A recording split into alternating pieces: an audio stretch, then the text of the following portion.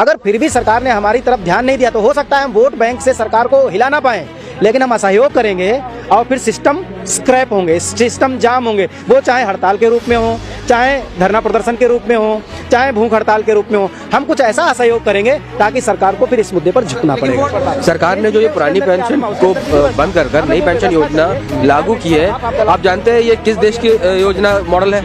ये कंबोडिया का है और ये उन देशों का मॉडल है जिन देशों की जीडीपी सबसे निम्न स्तर पर है। इससे लगभग 80 लाख 90 लाख कर्मचारी प्रभावित है। अगर जरूरत पड़ी तो हम सरकार के खिलाफ वोट भी करेंगे।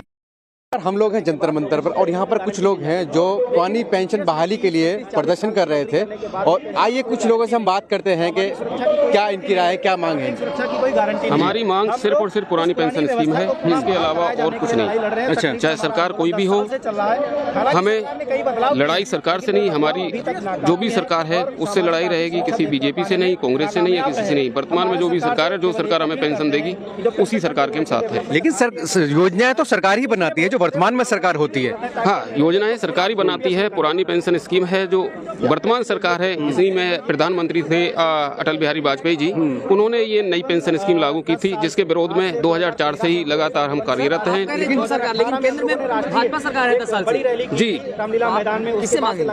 हम केंद्र सरकार से मांगेंगे। केंद्र में तो बीजेपी है ना? हाँ, तो बीजेपी से ही मांगेंगे। जो वर्तमान में सरकार है उसी से हमारी मांग है।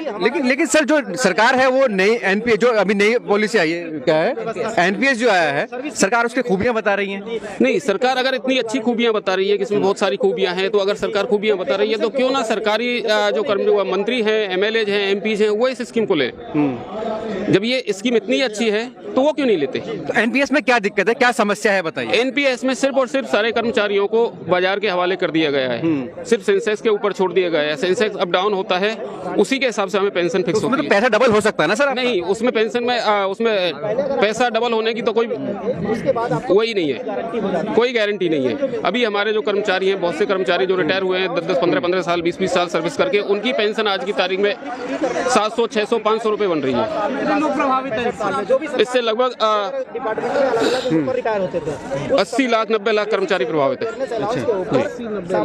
जी सर, आप क्या कहेंगे? गारंटी दी जाती है सर, हम all India NPS employees federation से हैं और ये एक जॉइंट फेडरेशन है यहाँ पर अभी जो एनपीएस की मुहिम को लेकर आगे बढ़ रहा है। और डॉक्टर मंजीत सिंह पटेल जो कि हमारे राष्ट्रीय अध्यक्ष हैं, उनकी अध्यक्षता में पिछले 10 वर्षों से हम लगातार सरकार से ये डिमांड कर रहे हैं कि आपने जो एनपीएस जबरदस्ती हम पे थोपा गया है वो हमें स्वीकार नहीं है। आप प्लीज उसे रोल बैक करें और हमें हमारी पुरानी पेंशन की सभी सुविधाएं और पुरानी पेंशन दें। लेकिन सरकार तो समय समय से नई योजना लाती है, इसमें दिक्कत क्या है? देखिए, सरकार सिर्फ योजनाएं लाती है, लेकिन योजनाएं भोगते हम लोग हैं। हम इससे सफर करते हैं। हमें मालूम है कि इस योजना में कर्मचारियों का हित नहीं अहित है।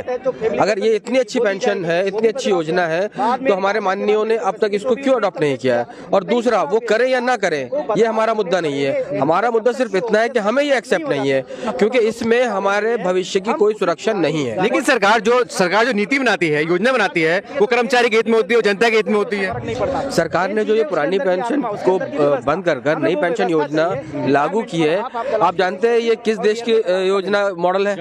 ये कंबोडिया का है और ये उन देशों का मॉडल है जिन देशों की जीडीपी सबसे निम्न स्तर पर है।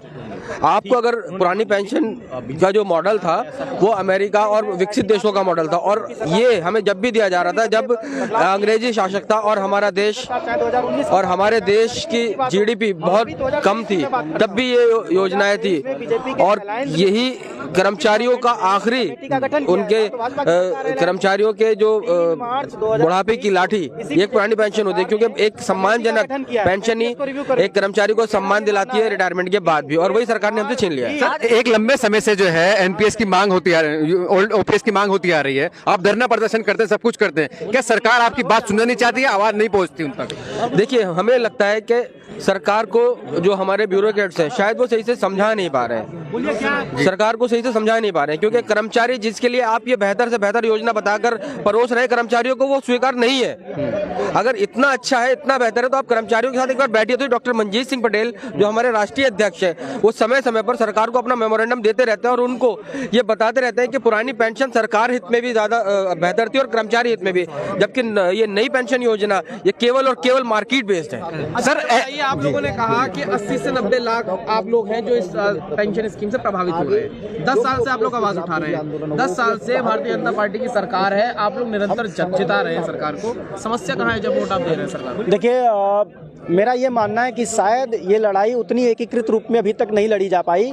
उसकी वजह थी क्योंकि सेंट्रल गवर्नमेंट में कर्मचारियों की संख्या आज भी केवल 30 लाख के अंदर है, जबकि बाकी राज्यों की अगर हम बात करें तो उनके पास तकरीबन 60 लाख कर्मचारी हैं। दूसरी बात, राज्यों में क्या है कि कोई 40 साल की उम्र में नौकरी में आया, 45 साल की उम्र में नौकरी में आया तो वो लोग रिटायर होना शुरू हो गए, जबकि केंद्र सरकार में अभी रिटायर होने वाले कर्मचारियों की संख्या लगभग नील है। तो केंद्र सरकार का कर्मचारी उतना जागा नहीं, चूंकि मुद्दा ये केंद्र सरकार का है, पॉलिसी केंद्र सरकार ने बनाई है जिसको अलग अलग राज्यों ने अडॉप्ट किया है, तो जब भी फेरबदल होगा वो केंद्र सरकार की तरफ से होगा, जबकि डिमांड राज्य सरकार के कर्मचारियों की तरफ से ज़्यादा रही है। इसलिए सरकार ने केंद्र सरकार के कर्मचारियों की ज़्यादा बात को नहीं सुना है। लेकिन इसी केंद्र सरकार ने इस एनपीएस में कई 3-4 बड़े बदलाव किए हैं और अभी 3 मार्च 2023 को भारत सरकार ने इसको रिव्यू करने के लिए कमेटी का गठन भी किया है।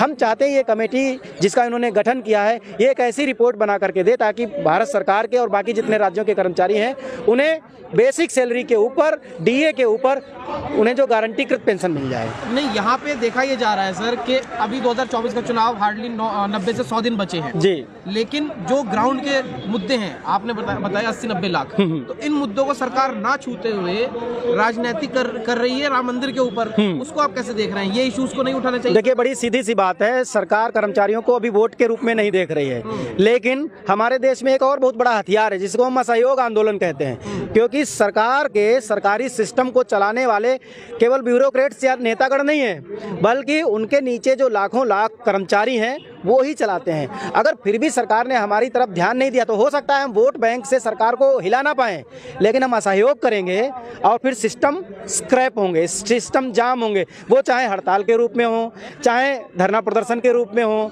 चाहे भूख हड़ताल के रूप में हो। हम कुछ ऐसा असहयोग करेंगे ताकि सरकार को फिर इस मुद्दे पर झुकना पड़ेगा। वोट आप बीजेपी को ही देंगे? नहीं, बात मुद्दे वोट की नहीं है, मुद्दा ये है, देखिए, अगर जनता ने मोदी को पसंद किया तो हम उसके जनता के फैसले का स्वागत करते हैं, मोदी जी का सम्मान करते हैं। आप ही जनता है। प्रॉब्लम ये है कि देखिए, हम चूंकि as being central government employ, आज हम दिल्ली में हैं, कल हम तमिलनाडु में होते हैं, परसों हम केरल में होते हैं, उसके बाद हम नागालैंड पहुंच जाते हैं। सेंट्रल गवर्नमेंट का एम्प्लॉय है, सरकार उसको ट्रांसफर पर भेजती रहती है। ये जो हम जैसे अगर मान लेते हैं हम लखनऊ के रहने वाले हैं, आप राजस्थान के रहने वाले हैं, आप किसी और प्रदेश के रहने वाले हैं, आकर के दिल्ली में नौकरी करें, उनका वोट भी वहीं बना हुआ है, तो ऐसी स्थितियों में उनके परिवार भी सफ़र करते रहते हैं। तो हम ये मानते हैं कि हमारा वोट हो सकता है उतना प्रभावशाली ना हो, ये सच है। वोट देना ना देना कोई नहीं जानता है, लेकिन जब कर्मचारी 1986 में जब हड़ताल हुई थी तो अगर ज़रूरत पड़ी तो उस तरह से हम ऐलान भी करेंगे और वोट के खिलाफ भी जाएंगे।